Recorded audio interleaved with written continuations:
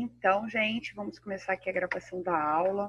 Hoje, especificamente, deixa eu passar aqui um pouquinho. Só me deem um retorno, por gentileza, com relação ao áudio e ao slide, se está dando para ver. Enquanto eu vou admitindo aqui a galera que está pedindo para entrar.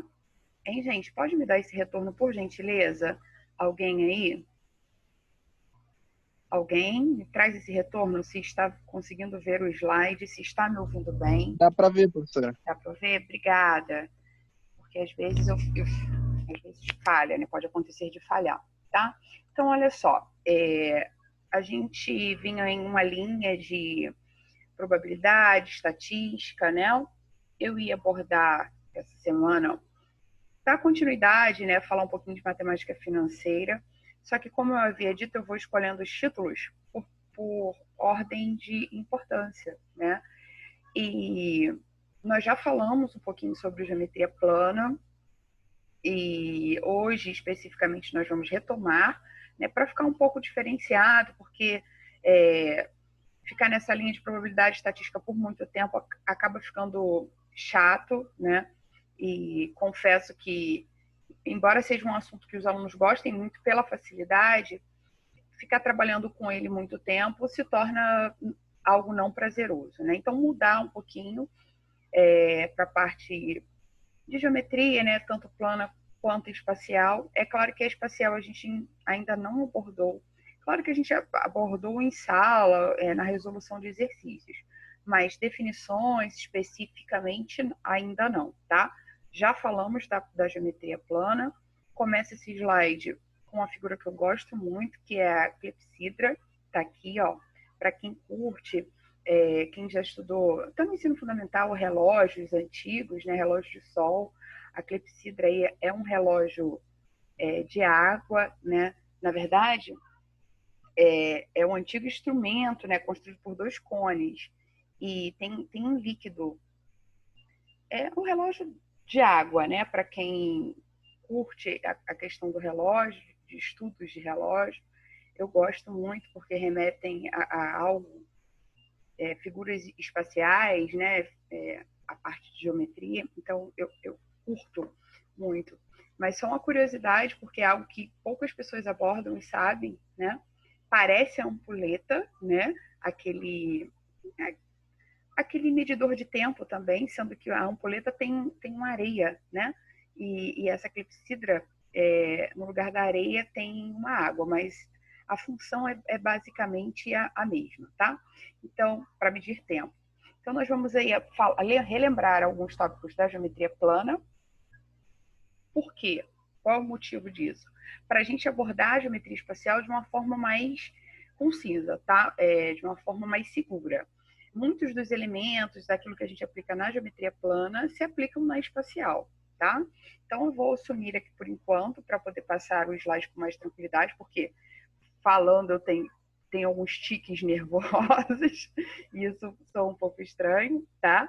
Então, a gente vai passando o slide. Se você quiser falar comigo, tiver alguma dúvida, é só desabilitar aí o microfone para a gente se comunicar, tá certo? No mais, pode também falar comigo no bate-papo, tá? Então, galerinha, como eu havia dito, né, essa clepsidra é um instrumento antigo, construído por dois cones, sendo que um deles é cheio de água. Ele era usado para medir o tempo, com base na velocidade e escoamento da água desse cone, né? Como eu falei, o relógio d'água. E aqui também tem uma esfera e uma outra figura formada por triângulos retângulos, né? Na verdade, essa geometria plana, ou também conhecida como geometria euclidiana, é a partir da matemática que estuda as figuras que não possuem volume, né? E a geometria plana, ela também é chamada de euclidiana, uma vez que seu nome representa uma homenagem ao geometra, que é Euclides de Alexandria, considerado o pai da geometria. Então, vamos seguindo aqui para ver esses tópicos.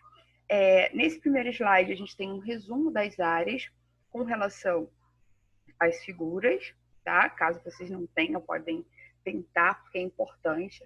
Lá na frente, quando estivermos estudando a questão da geometria a geometria espacial, a gente vai precisar ter essas bases bem definidas, até por conta da nomenclatura de alguns prismas e de alguns sólidos, se dá pela base, né? Então é importantíssimo a gente saber calcular as áreas. Aqui não está a área do hexágono, tá? Mas lá na frente a gente vai falar um pouquinho sobre a apótema e aí tem a área do hexágono, tá? Então o quadrado é a medida do lado ao quadrado, né? Tá aqui a figura, o retângulo, deixa eu admitir o Lucas, só um instantinho, retângulo, base vezes altura, paralelogramo também, trapézio retângulo, é um trapézio reto, tá? Ó, tem aqui 90 graus. A base maior mais a menor vezes a altura por 2, trapézio isósceles, mesma área, tá vendo? Os trapézios, tanto retângulo quanto isósceles, losango, diagonal maior vezes a menor divididos por 2. A área do triângulo qualquer vocês já estão habituados, base vezes a altura divididos por 2. Essa fórmula aqui é para cálculo da área conhecendo o perímetro, né? Esse P, na verdade, aqui vai representar o semiperímetro, ou seja, a soma dos lados divididos por 2, tá? Então, deixa eu admitir que é a Maísa, boa noite para quem está entrando, é mais uma fórmula para cálculo da área do triângulo, tá? Então, aqui, ó, essa área é igual a raiz quadrada de P, lembra, tá? Que esse P é o semiperímetro, então, nós temos que conhecer o perímetro desse triângulo, certo? É bacana porque nem sempre você tem um triângulo objetivo, mas você tem lá o perímetro, embora a fórmula ela seja um pouco mais extensa do que a fórmula para cálculo da área de um triângulo qualquer, mas em determinadas situações a gente consegue achar a área com mais facilidade, tá? Então, esse P que é o semiperímetro, que multiplica o semiperímetro menos o lado 1, o lado A aqui representado, vezes o semiperímetro menos o lado B, vezes o semiperímetro menos o lado C. Tudo isso na raiz quadrada. Círculo, aqui, ó, π vezes o raio ao quadrado. Cuidado que a fórmula da área do círculo é muito próxima do comprimento da circunferência, tá? Então traz uma confusão às vezes. Só lembra que o círculo é o recheio, né? E o comprimento é o contorno, né? A linha. Eu brinco em sala, biscoito, traquinas, seu recheio, e aqui é só aquele contorno que é a circunferência. Esse π nós adotamos 3,14, a não ser que a questão peça para que você adote um valor diferenciado. Se não falar nada, a gente pode tranquilamente adotar esse 3,14, tá? Mas em eventuais exercícios ou questões, pede para que a gente adote o π igual a 3, por exemplo, tá? Então, aí você acaba adotando aquilo que foi pedido. Mas não citou absolutamente nada, 3,14. A coroa circular, aqui, ó, eu tenho bem definido, tá vendo? 2 círculos, né? E é a diferença entre esses, π, a área, né? Esse espaçamento que faz. É π, que multiplica o raio da circunferência grandona menos ao quadrado, menos o raio da circunferência pequenininha do círculo ao quadrado. E o setor circular é parte dessa situação que é circular, né? Um pedacinho aqui. Então, dá para a gente sair nesta situação em uma razão, né, caso eu queira, lembrando que a circunferência tem 360 graus, tá? Mas caso a gente precise calcular de uma forma mais rápida, tem a fórmula da área específica do setor circular, que é aqui uma letra grega qualquer, que representa a angulação, tá? Vezes o π, vezes o raio ao quadrado, divididos por 360 graus. Falamos um pouquinho do triângulo retângulo, né? Dentro dessa extensão do triângulo retângulo que nós temos lá, hipotenusa, catetos, está aqui, tá, gente, ao lado. Catetos, aqui a hipotenusa sempre oposta ao ângulo reto, é um triângulo retângulo, tem 90 graus, né? E os outros dois lados são catetos. E a gente já começa a trazer isso aqui como hipotenusa, né? Oposta ao ângulo reto, cateto C e cateto B. Mas também, estendendo um pouco esse estudo, nós temos a altura, aqui indicada por H, e as projeções dos catetos B e C sobre a hipotenusa. Essas projeções, no caso, são M e N, né? Estão aqui, como se fosse uma sombra, tá?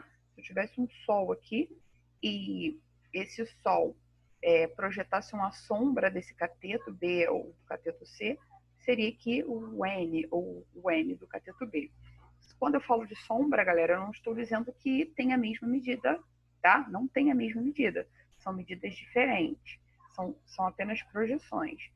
E daí, dessa análise, tem lá as relações métricas no triângulo retângulo, né? Essas relações, a principal delas nós já conhecemos, Teorema de Pitágoras, está aqui como terceira relação, que é a hipotenusa ao quadrado é igual à soma dos catetos ao quadrado. E tem outras, né? Isso vai depender daquilo que você está trabalhando ou o exercício que você está fazendo, né? Se quisermos calcular, por exemplo, a projeção M, ou a hipotenusa, ou o cateto B. Então, a gente tem essa primeira relação, que é B ao quadrado, é igual a vezes M, a hipotenusa vezes a projeção M, e assim vai. Eu tenho aqui o cateto C ao quadrado é igual a vezes N, Teorema de Pitágoras, hipotenusa ao quadrado é igual a soma dos catetos ao quadrado, A vezes H é igual a B vezes C, e a quinta relação, H ao quadrado igual a projeção M vezes N. Tem outras relações, tá? Essas são as mais importantes. Se eu observar aqui no triângulo retângulo, tem que A é o somatório da projeção M com N, né? Então, eu posso escrever aqui A igual a M mais N, e tem outras por aí, tá? Essas são as mais importantes que a gente acaba gravando com mais facilidade. Já falamos também, relembrando, né, da lei dos senos e da lei dos cossenos, lembram? Tá aí as duas fórmulas, né, tanto da lei dos senos quanto da lei dos cossenos. A lei dos senos a gente procura usar quando a gente tem um lado e dois ângulos, né? E a lei dos cossenos, quando nós normalmente temos dois lados em um ângulo. Então, tudo isso vai depender da análise, né? Quando a gente está procurando aí um lado qualquer, a gente não pode esquecer que na lei dos senos, especificamente, o lado A divididos, né? A fração sobre o seno de A igual a B sobre o seno de B, igual a C sobre o seno de C. Claro que a gente vai trabalhar talvez com isso fracionado, é igual a 2 vezes a medida do raio desse triângulo, tá? E a lei dos cossenos, ó, se você quer calcular o A, né, da sua figura, A ao quadrado é igual aos outros dois lados ao quadrado, num somatório, menos 2 vezes os dois lados, vezes o cosseno desse ângulo que você está na procura, tá? Ângulo A aí, o lado referente ao lado A. E assim você escreve as outras fórmulas também. B ao quadrado, igual a ao quadrado mais C ao quadrado, menos 2 vezes AC vezes cosseno de B, e o C, consequentemente, C ao quadrado igual a A ao quadrado mais B ao quadrado menos 2AB vezes cosseno de C. Tudo isso é para relembrar, tá, gente? Nós já abordamos esses assuntos, por isso que tá cortadinho aqui, porque, na verdade, nós já falamos mais específica, mais detalhadamente sobre esses assuntos aqui, tá? Isso é para a gente chegar lá na outra parte. E aqui eu trago também os principais polígonos regulares, tá? O triângulo equilátero, que cai bastante, a gente fala bastante em questões de concurso, né? Então, tem aí a área desse triângulo equilátero. Cuidado com a fórmula, tá, gente? Às vezes a gente pode confundir, porque a área ela é muito próxima do apótema, né? Só para a gente lembrar o que é um apótema, é um segmento de reta que parte do centro da figura, formando um ângulo de 90 graus, né? Um lado do polígono, tá? Então tá aqui, ó, partindo do centro, né, da figura, formando com um lado um ângulo de 90. Aqui está o apótema. Em determinadas situações, o apótema vai ser o lado dividido por 2, tá? Então, eu tenho que ficar atento a essas relações, porque, às vezes, dado um desses elementos, o apótema ou o raio, tem como descobrir o lado e, consequentemente, a altura, o perímetro e a área, tá? Então, para cálculo da área do triângulo equilátero, não esquece que galera, significa igualdade, né? Então, esse triângulo que tem todos os lados iguais, para cálculo da área, nós temos a medida do lado ao quadrado vezes raiz de 3 divididos por 4, tá? Perímetro, é claro que 3 vezes o lado, ou somatório dos lados, e para cálculo da altura, que aqui simbolizado por H, nós temos o lado, né, representado por L, raiz de 3 sobre 2. Tá vendo que as fórmulas elas são muito próximas, então a gente tem que tomar cuidado, tá? E aqui o apótema, como eu havia dito, é esse segmento de reta que parte do centro da figura formando um lado um ângulo de 90 graus. Tem uma fórmula também para a gente calcular ele. Se a gente conseguir reparar, ó, se tiver o apótema aqui, dá para a gente definir o raio ou o lado, né? Sabendo que o apótema é a medida do lado, né, vezes a raiz de 3 sobre 6. E também a gente pode definir isso como o raio divididos por 2. Então, na verdade, o apótema no triângulo equilátero, ele é a medida do raio divididos por 2. Né? Então, dentro dessa fórmula, eu posso encontrar o lado, o raio, enfim, qualquer elemento pedido. O raio dessa circunferência inscrita, né, circunferência dentro desse triângulo equilátero, a gente pode calcular por Rzinho, ó, esse raio aqui, é igual a L raiz de 3 sobre 6 também. Neste caso, o raio vai ser igual ao apótema, né, gente?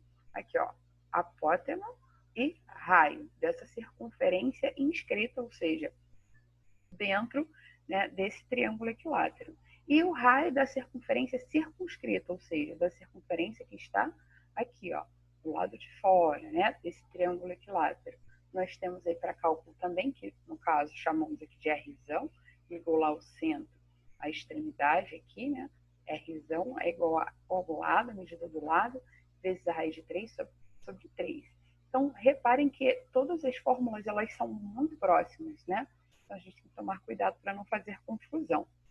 Temos também definidos entre esses polígonos regulares o quadrado. Não é diferente, a gente já abordou a área desse quadrado, né, que é a medida do lado ao quadrado. Perímetro soma ou multiplica por 4 a medida do lado. E a gente traz aí a fórmula da diagonal, né? A diagonal do quadrado é a medida do lado vezes a raiz de 2. Não poderia ser diferente, nós temos também o apótema dentro desses elementos. Calculando o apótema, eu posso descobrir o lado, né? E o raio, depende daquilo que a gente está trabalhando. Esse apótema é a medida do lado divididos por 2.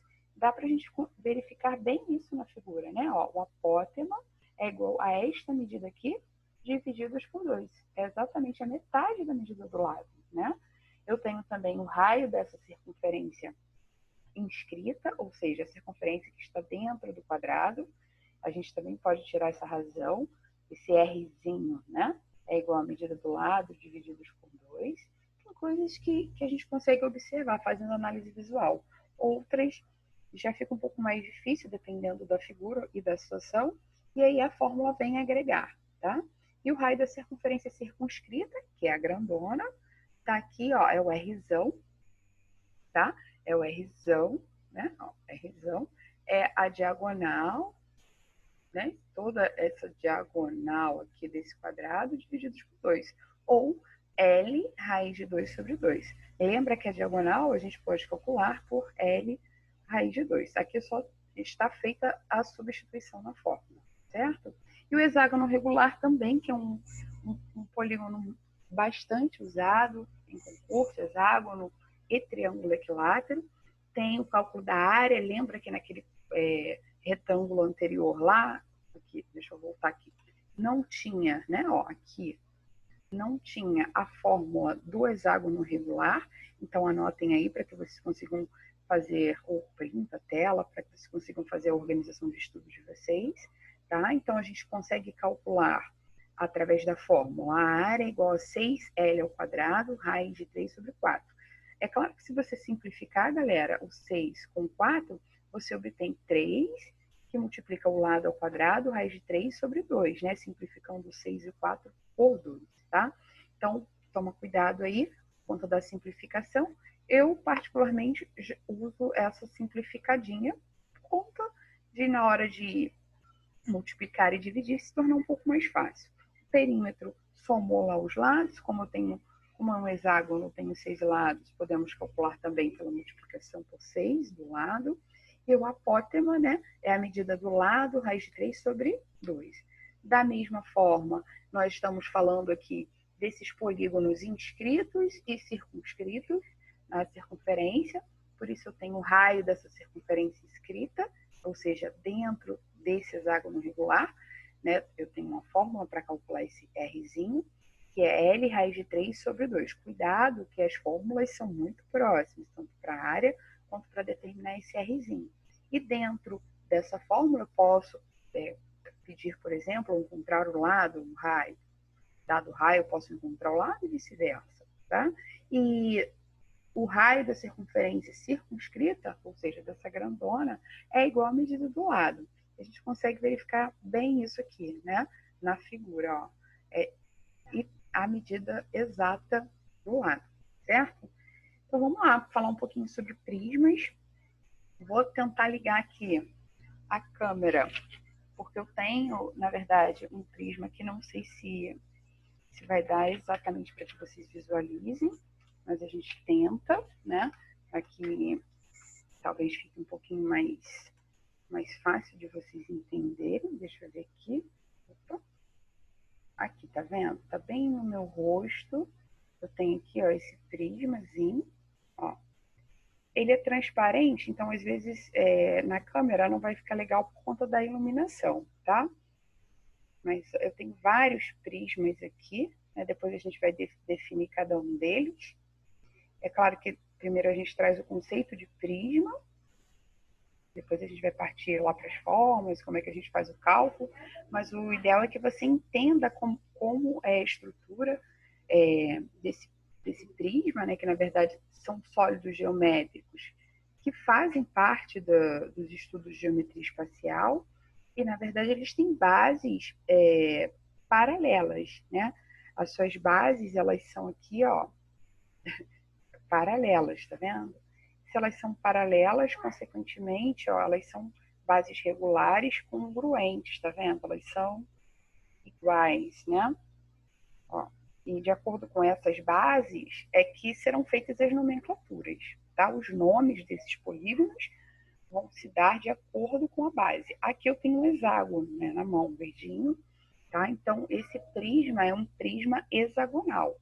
Mas eu tenho outros aqui, eu tenho um exemplo do paralelepípedo, por exemplo. Depois a gente vai falar dele especificamente, tá? Porque aí a gente tem a diagonal do paralelepípedo, não sei se vocês vão conseguir ver legal, tá? Mas é mais ou menos isso. Tem aí no slide, tem o cubo também. O cubo é mais simples, né? É uma figura mais simples. Tem a esfera que eu falei lá, que a gente viu lá no iniciozinho do slide. Tinha a esfera, assim, amarelinha, fica uma iluminação melhor. Esse sólido é dessa forma porque eu posso colocar um líquidozinho aqui colorido e mostrar o cálculo do volume também, tá, gente? Por isso que, ó, tem as pirâmides, mas na verdade a gente vai classificar como prismas, pirâmides, corpos redondos, tá? Para que vocês definam bem aí cada um desses elementos. Mas vamos começar então pelos prismas, tá? Esse verdinho aqui, como eu havia dito, as bases são paralelas, congruentes, né? Esse verde talvez não dê para vocês olharem as arestas, tá vendo? Mas são 6 lados, ó, talvez assim fique um pouco melhor por conta da iluminação, tá? Esse é um prisma reto. Podemos trabalhar também com prisma oblíquo. Eu já dei a definição de oblíquo, porque é aquele prisma, aquela retinha inclinada, tá? Mas, normalmente, nós trabalhamos com os prismas regulares, tá? Retos. Então, deixa eu sumir aqui um pouquinho para a gente fazer essa definição novamente. Tá aqui o conceito, tá, gente, de prismas, mas como eu falei e mostrei de uma forma mais lúdica, né? Eles são esses sólidos geométricos que fazem parte desse estudo de geometria espacial com as bases congruentes e paralelas, tá? Suas bases estão em planos paralelos. Então, voltando aqui de acordo com as bases, são feitos os nomes, né? de acordo com que um polígono da base, a gente tem lá o nome desse polígono. Então, está aqui o conceito: prisma é um sólido geométrico delimitado por faces planas, no qual as bases se situam em planos paralelos. Foi bem isso que eu troquei uma ideia com vocês. Quanto à inclinação, as arestas laterais. Então, na verdade, aqui a gente começa a ter outros elementos, né? Que a gente chama essa linha aqui de aresta lateral. Os prismas podem ser retos ou oblíquos. Aqui tem o reto, aqui tem o oblíquo, as retas são inclinadas, tá? Os polígonos que formam a base e a tampa, né, são congruentes, como eu disse. O que eu mostrei foi um hexagonal, tá? Mas vem do polígono da base. Aqui, se as retas e laterais forem perpendiculares à base, temos um prisma reto, e no caso do prisma oblíquo, inclinado, né? Oblíquo significa inclinadinho. Se o prisma for reto, as faces laterais, ou seja, essas faces aqui do lado, as faces são retangulares, e se for oblíquo, as faces laterais formam um paralelogramo. Então tem que ter bastante atenção, tá? Porque se for reto, essa face lateral aqui são retângulos. E se for inclinado, oblíquo, as faces laterais formam um paralelogramo, tá? Aqui eu tenho um prisma pentagonal reto, a figura da base, né, o polígono da base é um pentágono, e aqui eu tenho um prisma pentagonal oblíquo. Cuidado com a planificação também, tá? Aqui eu tenho alguns exemplos, mas é claro que essa planificação depende muito do contexto, né, da figura especificamente. E falando de rotação, né, de simetria, tem algumas situações onde essa figura roda em torno de um eixo ou de uma angulação, então a gente tem que ficar atento à questão especificamente. Mas, planificar, só para quem não lembra, é como se nós estivéssemos pegando a tesourinha, né, abrindo essa figura, cortando, fica mais ou menos dessa forma, tá? O prisma reto de base triangular, ou seja, a minha base aqui é um triângulo, então fica dessa forma. Se eu tiver aí na base quadrangular, o prisma reto de base quadrangular fica dessa forma, e de base pentagonal, planificando, tá? Fica desta forma, tá? Então, dá para vocês entenderem mais ou menos o que é um prisma. Eu já recebi o tempo aqui. Secção transversal. Gente, secção transversal é um corte, tá? Em muitas situações, a gente eventualmente faz um corte nessa figura, aqui, olha, abaixo, azul, tá? Então, eu tenho aqui uma secção transversal, é uma região, é um outro polígono que a gente obtém com essa interseção. Se fizermos um corte aqui, né, nós vamos obter um outro polígono. Então, é a região poligonal obtida pela interseção do prisma com um plano paralelo às bases, sendo que esta região é congruente a cada uma das bases, tá? Esse corte, essa secção, né, essa nova figura que se forma, ela é congruente a cada uma das bases.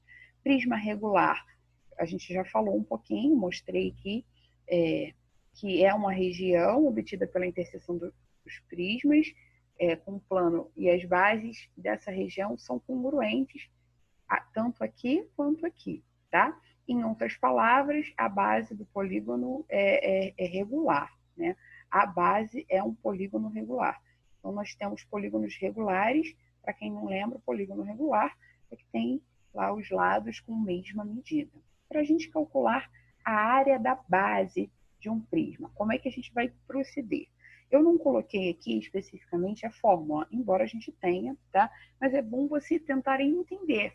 Por quê? Se eu gravo a fórmula, embora seja um artifício bacana para eu ganhar tempo e tudo mais, mas se eu mudar a estrutura dessa figura, como eventualmente eles têm feito, você não consegue mais calcular essa área, ou a área da base, ou a área lateral, ou a área total, tá? Então, você conseguindo entender como faz esse cálculo, fica um pouco mais fácil de você estender isso para outras figuras, tá? Para outras situações. Então, para você calcular a área da base, vai depender muito do prisma que forma a base, né?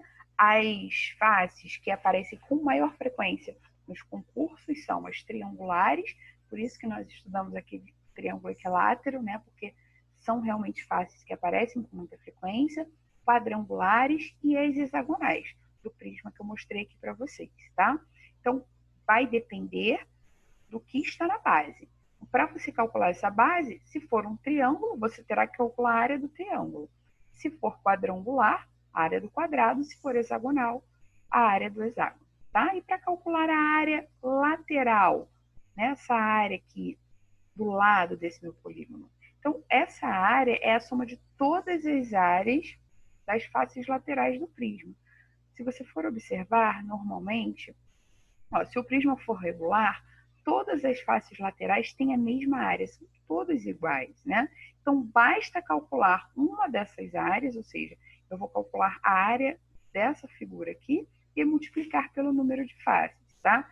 Claro que normalmente, passei demais, desculpa, normalmente se forma um retângulo aqui, tá vendo? Então, a gente vai calcular aí a área do retângulo e multiplicar para encontrar aí a área lateral, vai multiplicar pela quantidade de lados desse polígono. Para calcular a área total, né? A área total, gente, é a soma dessas áreas da base, incluindo a tampa, tá? Só em situações específicas, né? Às vezes, eu já vi uma questão que era uma embalagem onde não tinha essa tampa aqui, tá? Formava um hexágono, se eu não me engano, um prisma hexagonal, e não tinha essa situação aqui era aberta, tá? Então vai depender muito da situação. Mas, de uma forma geral, a área total é a soma dessas áreas da base, né? Com a área lateral. Então, calculamos a área lateral, somamos a área da base, tá? A tampa também faz parte da base, tá? E o volume é o produto da área da base pela altura do prisma. Então, nós temos que ter aí a área da base, que nós vamos definir aqui logo no primeiro cálculo, que foi o cálculo da área da base. Depois nós vamos multiplicar pela altura. E aí nós vamos chegar ao volume desse prisma, tá? Se o prisma for reto, a altura é congruente à aresta lateral. Então, olha, se esse prisma for reto, a altura está aqui, ó. É igual à aresta lateral, tá vendo? Ó, mesma medida, certo? Então, aqui está a planificação, né, desse prisma aqui, que é pentagonal, tá? Tem um pentágono na base, tá aqui, ó, tá? Para que vocês consigam verificar de uma forma melhor. Deixa eu ver a hora para que a gente não... eu tenho 2 minutos. 4. Vamos ao paralelepípedo e cubo. Vou tentar mostrar para vocês também aqui. Deixa eu pegar cubo, paralelepípedo, tem aqui 2, vou voltar aqui. Então, ó, aqui eu tenho o cubo, esse é o paralelepípedo, perdão. Esse é o paralelepípedo, tá vendo, ó? O paralelepípedo é bem tranquilo e tem o cubo também. Esse cubo verdinho, dá para visualizar aí de uma forma melhor, tá?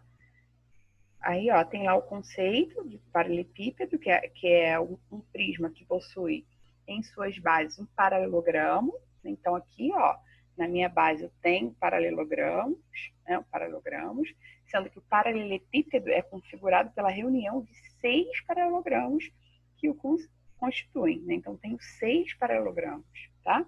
Então, tem o paralelepípedo reto, que é onde todas as arestas são perpendiculares entre si. Então, lá, ó, tudo perpendicular forma lá um ângulo reto, tá? O cubo, ou hexaedro regular, tá aqui, que eu mostrei em verdinho, tá? É um paralelepípedo reto que tem todas as arestas congruentes, né?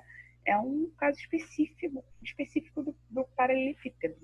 Então, o cubo, todas as suas arestas, seus ladinhos aqui são iguais, né? A gente tem quadrados aqui, todos de mesma medida, tá? A maior extensão aqui, deixa eu tentar não me prolongar muito para a gente não encerrar, não cair.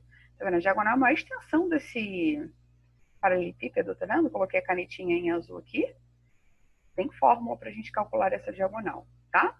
Então, vou sair aqui mais uma vez para a gente conseguir verificar as figuras dos slides, porque a câmera e a iluminação, às vezes, não tão boa, dificulta a análise. Em sala de aula, vocês conseguem pegar esses sólidos, então fica de uma forma mais fácil, tá? Como é que eu calculo a diagonal desse paralelepípedo aqui reto, tá? Então, a diagonal, ó, maior extensão do paralelepípedo, tá? A diagonal é igual a aresta ao quadrado, A ao quadrado, mais B ao quadrado, mais C ao quadrado. Raiz quadrada, tá? Às vezes, a gente tem aí B ao quadrado é igual ao quadrado, mais B ao quadrado, mais C ao quadrado. Mesma coisa. A área total, temos aqui a soma de todas as faces de um paralelepípedo. Então, 2 vezes o lado AB mais AC mais BC. E o volume é o produto de todas as dimensões desse paralelepípedo. A vezes B vezes C. Paralelepípedo, tá? E do cubo. Tem lá uma diagonal que é, através da fórmula, a aresta vezes a raiz de 3, ó, diferente, tá? As fórmulas são diferentes. A área total, 6 vezes a aresta ao quadrado. Lembra que a face lateral são quadrados, tá? Então, a área do quadrado aqui, ó, vezes 6. E o volume é a aresta ao cubo. É a medida dessa aresta, vezes a medida dessa aresta, vezes a medida dessa aresta. São todas iguais. Por isso, aresta ao cubo. Antes da gente prosseguir, vou encerrar essa sessão, tá? Para que a gente não caia aí no Zoom, porque já recebi aqui várias mensagens com relação ao tempo. Então, tem 1 minutinho, é o tempo da gente fazer a conversão. Na verdade, são 5 minutos, isso que demora. E aguardo vocês no próximo tempo. Certo, gente? Até daqui a pouquinho. Beijos.